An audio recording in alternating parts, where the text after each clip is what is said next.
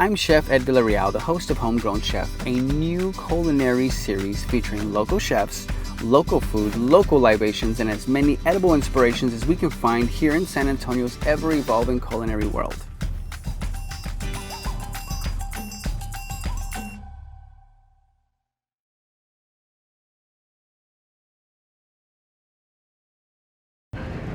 Hi everyone, welcome to Homegrown Chef. I'm Chef Ed.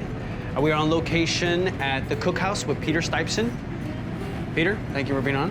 Thank you, brother. Happy to do it. What are we going to be doing today?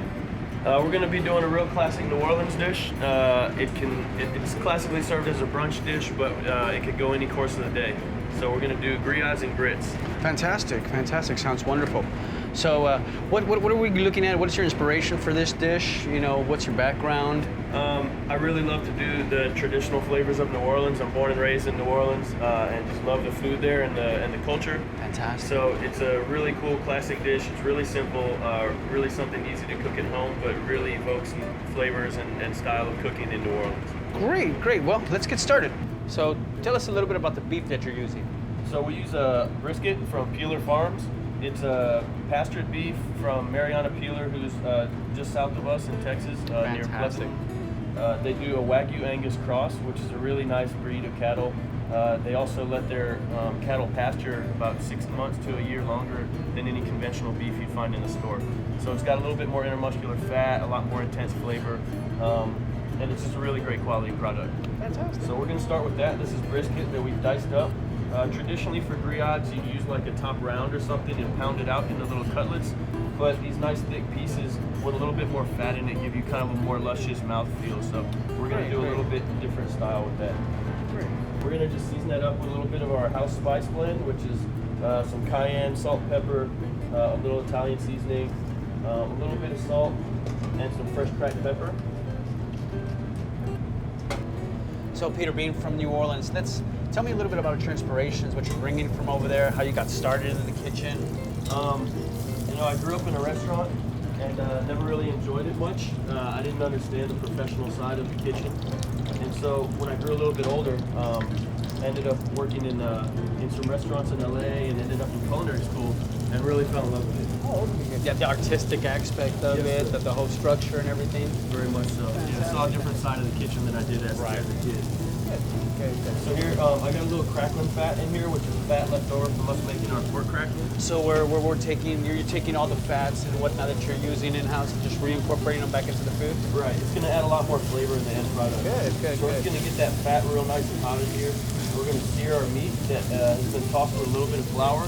Okay. To create a real nice color on the outside, and it's going to help thicken the product a little bit towards the end. So growing up, did you enjoy this dish? Did you eat this dish quite a bit, I assume? Yeah, my mom used to cook this, and you see it on a lot of breakfast and brunch tables throughout the city. So certain restaurants will serve it as well, and it's just really something. Every time I cook it, and every time we get to eat some, it really reminds me of my childhood. It takes you back home? Yeah. That's always wonderful to be able to do, to take yourself back into a place where you haven't been in so long with food, especially. Yes, sir.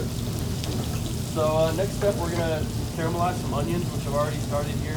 And then once those get going, we've also got a little bit of what they call a trinity in New Orleans. This is New Orleans trinity, right? Some caramelized onion, and it's also got celery, bell pepper, and we're gonna end it with a little bit of garlic. So Peter, what brought you into San Antonio? Me and my wife were living in LA, where she's from, and we just kind of really felt led to move to San Antonio. My mom had some family here, and we came on a vacation and fell in love with it. So we moved here 10 years ago, and have really been enjoying the culture and the community in San Antonio. It reminds us a lot of New Orleans. So how are you infusing, New Orleans, Louisiana into San Antonio? New Orleans food is very much about local ingredients, and I think the food scene in general is starting to become a lot more about ingredients. And so what we do is we take a lot of New Orleans dishes and ingredients, but we incorporate them with things that are known and comfortable in San Antonio. Okay. Grillades and Grits very similar to Carnegie Sada. Right. As I was watching, I was like, wow, I can remember my grandmother making something similar to this, and it just looks so much like Carnegie Sada, like you were saying. So we add a lot of the same flavor profile that you'd find in New Orleans, but some of the cooking techniques, you're getting some nice color on here.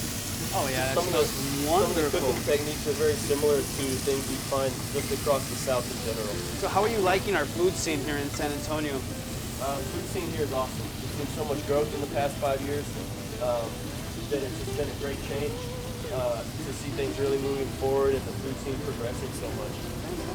So let's talk one more time about exactly what you got going on in here. So this is pretty much everything that's going to go into it. It's got our trinity of vegetables. It's got our sautéed meat. We've also got some tomatoes, some red bell pepper, and lots of green onion and garlic. The smell coming off is just fantastic. Everything looks beautiful. And this is just getting started. Once this cooks down for about an hour and a half to 2 hours, all those flavors are really going to come together and make something special. So fantastic. It's great. Going to add a little bit of flour to that. And we're also going to add a little bit of our dark roux that we use for our gumbo.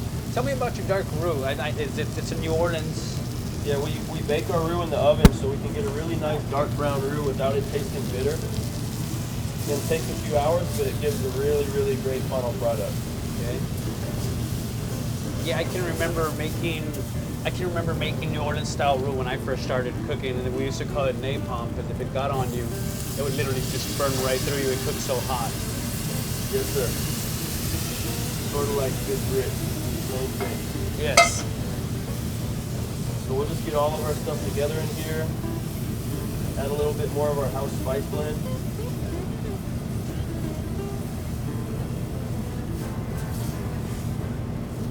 So tell us your house blend over there. Is that like this little secret recipe you got going on? Yeah, it's got a couple little secret things in there. It's got salt and pepper, a little bit of cayenne, garlic powder, and then a couple different spices that we use that are not all necessarily spicy, but a lot of different aromatic Are you flavors. bringing anything in from New Orleans?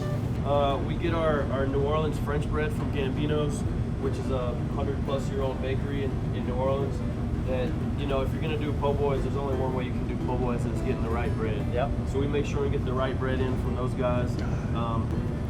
So sourcing locally, Peter, is that something that you hold high in your cooking cuisine? Making sure everything comes from local, comes from here close to town. Yeah, definitely. I think if you want to see a cuisine be authentic to a certain region, you have to be using those ingredients.